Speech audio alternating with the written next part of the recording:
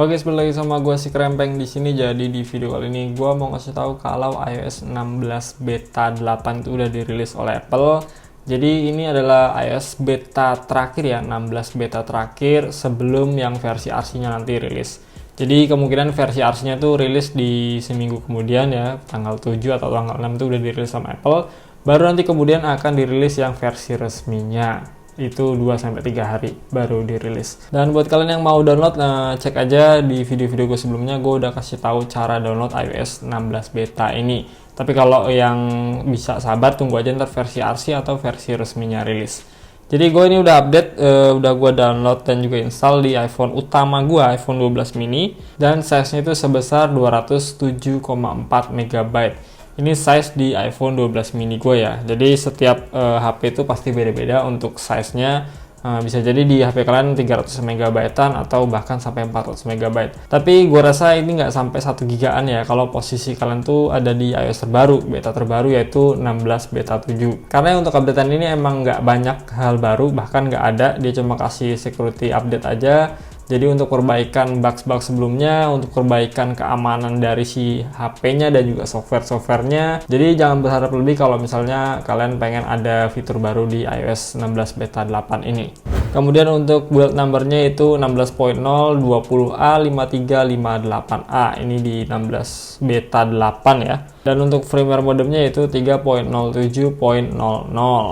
Dan kalau kita berbicara apa aja yang baru, seperti yang gue bilang tadi, ini nggak ada hal yang baru ya. Ini cuma perbaikan aja, perbaikan update security dan juga mungkin beberapa aplikasi-aplikasi yang mengalami bugs untuk beberapa user atau pengguna ya, termasuk gue sendiri. Gue ngalamin bugs di beberapa aplikasi gue sampai beta 7 kemarin itu belum di fix. Gue nggak tahu di beta 8 ini udah di fix atau belum karena baru aja gue update, langsung kita cek aja nanti. Jadi kalau kita cek di sini Apple Security Updates, dia emang nggak ada apa-apa, dia cuma kasih perbaikan aja.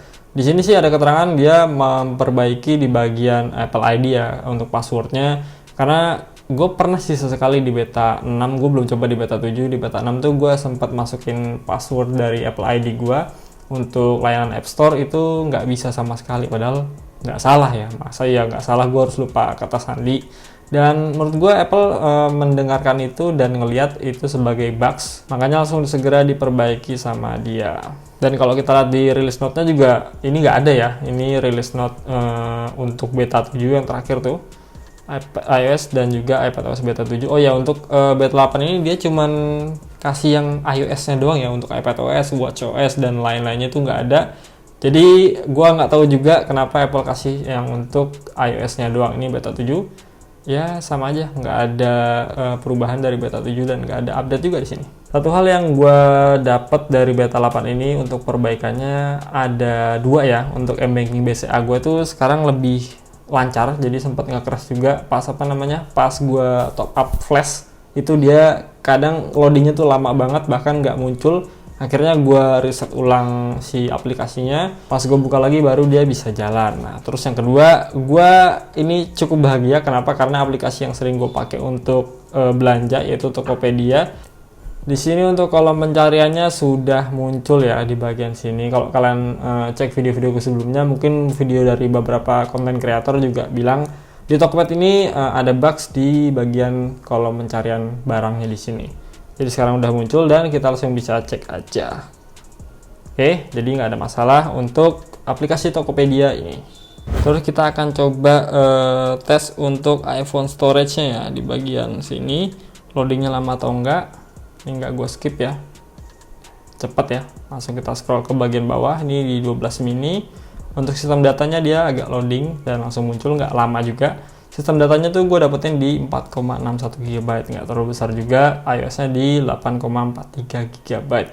Untuk loadingnya juga nggak lama ya. Ini gue tes lagi, dia juga nggak loading lama banget gitu, cuma sebentar doang dia langsung masuk. Dan kalau dari segi performa sih ini masih lancar-lancar banget ya. Bahkan gue ngerasanya lebih enak di beta 8 ketimbang beta 7. Salah satunya dari yang tadi aplikasi yang gue pakai itu utama kayak Tokopedia itu udah hilang bugs-nya. Terus aplikasi M-Banking BCA juga udah nggak nge-crash, udah nggak ada bugs lagi, udah nggak nge-freeze bahkan.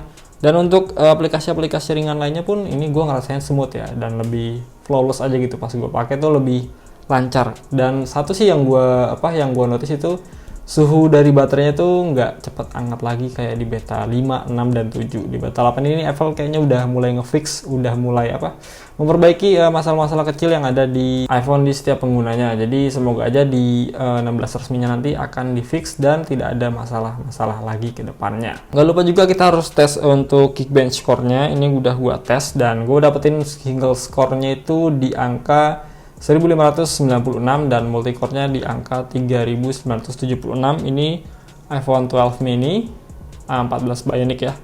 Terus kalau untuk kita lihat historinya di 16 Agustus gue di beta beta 7 itu gue dapetin single core-nya 151582 dan juga untuk multicore-nya itu 3835. Ada sedikit peningkatan ya dari single core maupun multicore, walaupun nggak banyak, tapi kalau dari skor itu ada peningkatan, walaupun ini nggak ngejamin juga ya untuk keseluruhan performa dari iPhone kalian. Ini cuma angka, jadi kalau untuk performa itu tergantung kalian gimana pengalaman kalian menggunakan iPhone tersebut. Terus kita akan cek untuk baterainya. Baterai ini gue baru update juga, jadi gue nggak bisa bicara banyak. Tuh, last chargernya 80%.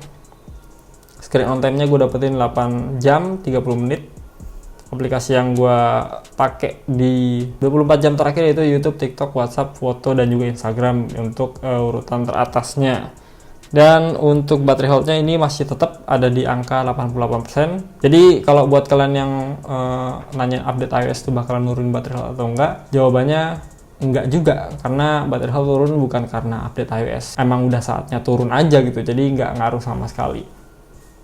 Oke, gua rasa gitu aja untuk iOS 16 beta 8 ini. Buat kalian yang mau download, silahkan cek aja video-video gue sebelumnya. Udah gue buatin cara download iOS 16 beta. Untuk beta selanjutnya itu yang versi RC ya, rilis kandidat, atau versi 1 sebelum dari versi resminya ya. Jadi sebelum rilis yang resminya, nanti akan dibuatkan yang RC dulu, dan itu pastinya nggak akan ada perubahan banyak, termasuk persentase baterai ya, gue lupa ngomongin tadi. Jadi untuk iPhone XR, iPhone 11, iPhone 12 mini, dan juga 13 mini, sorry itu saya seperti yang gue pakai ini iPhone 12 mini, itu nggak akan ada persentase baterai di bagian pojok kanan sini. Kalau mau lihat baterai, ya lihatnya di sini, atau kita pakai widget di bagian sini.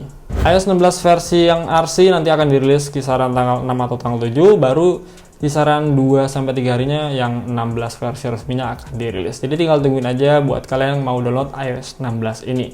So, gue rasa gitu aja video dari gue. Semoga bisa bermanfaat. Gue pamit.